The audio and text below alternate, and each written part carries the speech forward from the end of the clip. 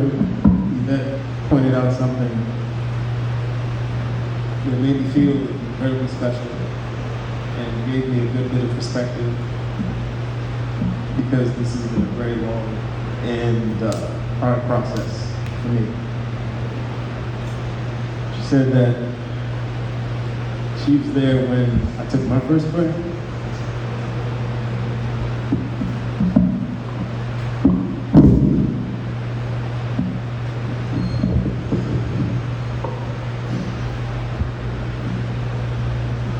And I was there when she took her last breath. This is my fourth time saying goodbye to my mom. Once in the apartment when she made a transition, at the celebration at the church she went to in Tacoma Park, at the hospital with Yvette, Edmund, and Margaret. Today, and we have one more. I've been very fortunate for the last 7 years to be able to take care of my mom. Once her health challenges became more than she could handle by herself, I fortunately had the flexibility and time, and also the background to keep her as healthy as possible. That was an honor to me. I wrote something that I wanted to read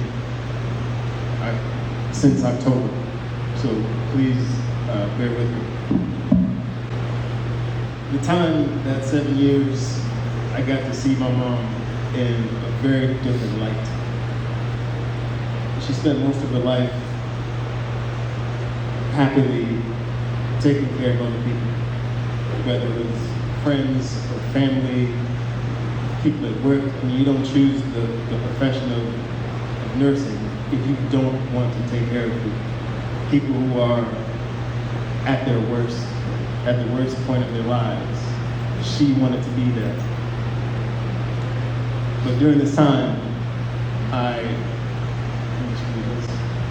finally understood that the most important thing to her, and the thing that she definitely earned throughout her life, was something that she proudly wore all the time.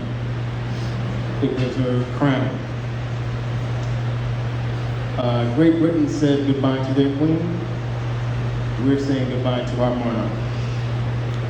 Queen Elizabeth wore a crown of jewels, and so did my mom. Except hers wasn't from a millennia of colonization exploitation.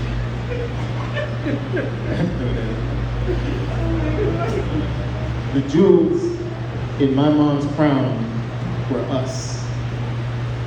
All of us. Today, I just met people who know me from 50 years ago, 40-something years ago, that I can't remember. And it kind of hurts that I don't remember you. I'm sorry. But my mom, as you know, thought the world of every one of you, without fault, without fail. Every opportunity that she had to support you in whatever way she could, she did. We were her diamonds, we were the rubies and sapphires that she wanted so badly to shine brightly in this world.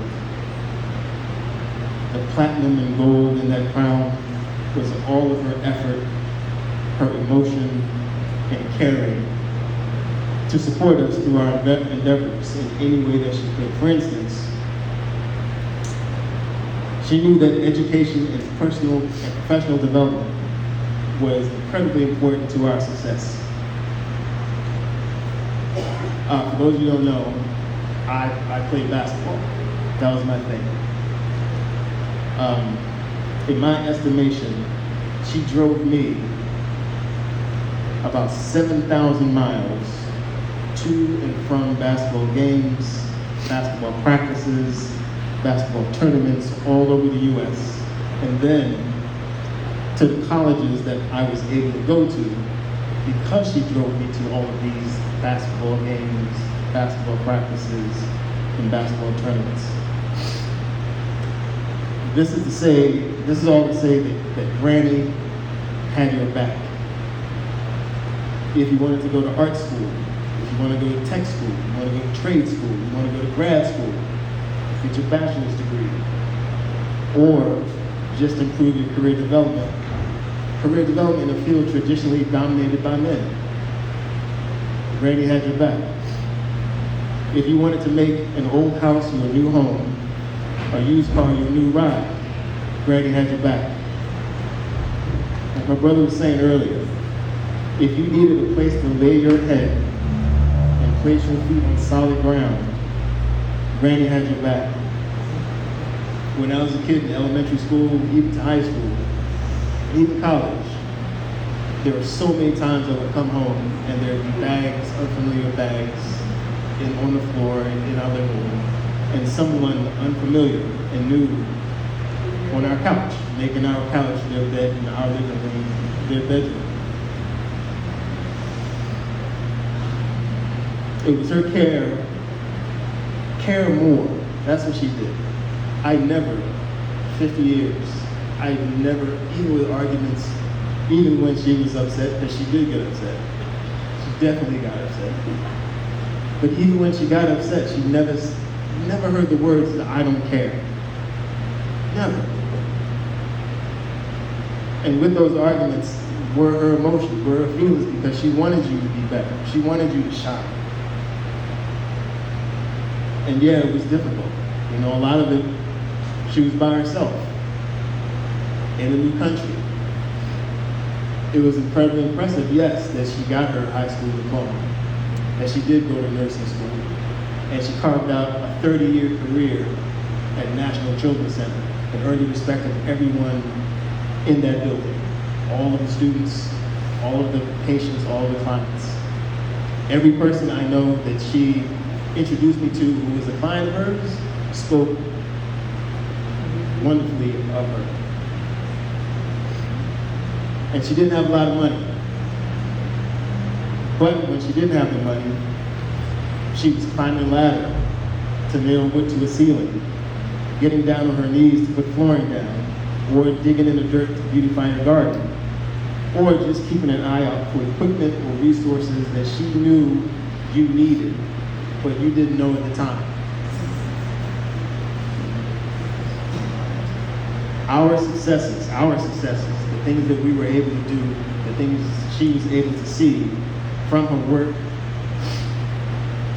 were literally her treasures. She kept everything. She had a lot of stuff, but she kept everything. All my sport trophies, all my brother's sport trophies, certificates of excellence from elementary school, diplomas. Tons of people in our family have degrees. And going through her stuff, I found so much. If you got a degree and you don't have it at home, probably in about a year with folks in the States, is because she had it.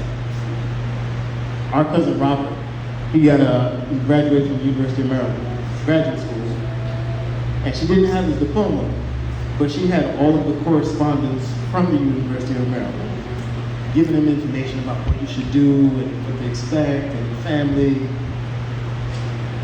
I found a whole treasure trove of artwork from myself in elementary school, from Ronan, for Jabari. And she also had things from 50 years ago. She had a letter from Margaret. Margaret telling her how awesome it was. Middle school? I don't know what you call it. Junior high school? Secondary school. Yes, secondary school. She misses her. She also had a letter from Anne, and you were saying how much you appreciated a yellow dress that she made for her. Dad's not here, but she kept his letters from 50 years ago. He used to call her Allie. Can't wait to tell her.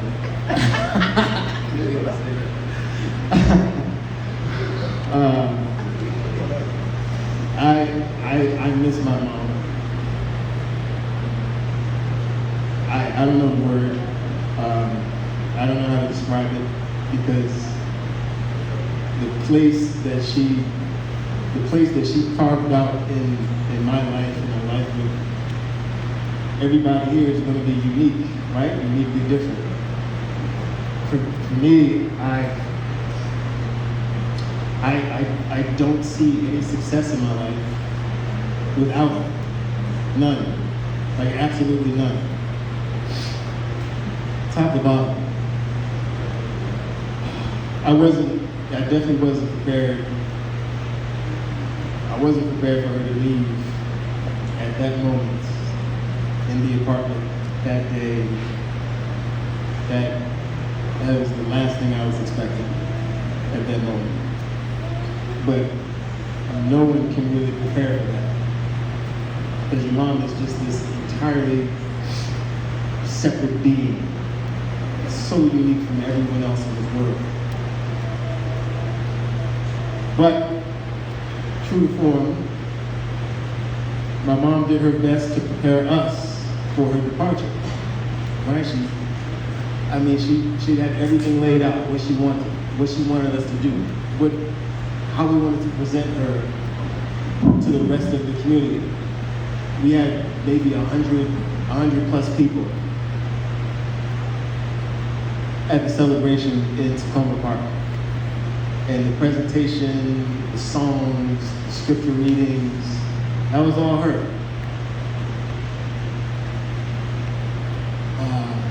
I think when I imagine if she was here, right here standing, or up there just ear hustling, that she would have a very big smile, a huge smile, and a very big, her energetic laugh. Yeah, she would have that because she would be so happy of the job that we've done so far to include as many people as possible in the celebration of her. Today I met Miss Judy, and hearing just now, like the initial story that she told about her mom making coconut drops and going to the hospital, I just want to learn more. I need to know more. Absolutely. So afterwards, and hopefully everyone is going to go to the after thing. I'm going to be asking lots of questions because I want to know my mom from a different perspective.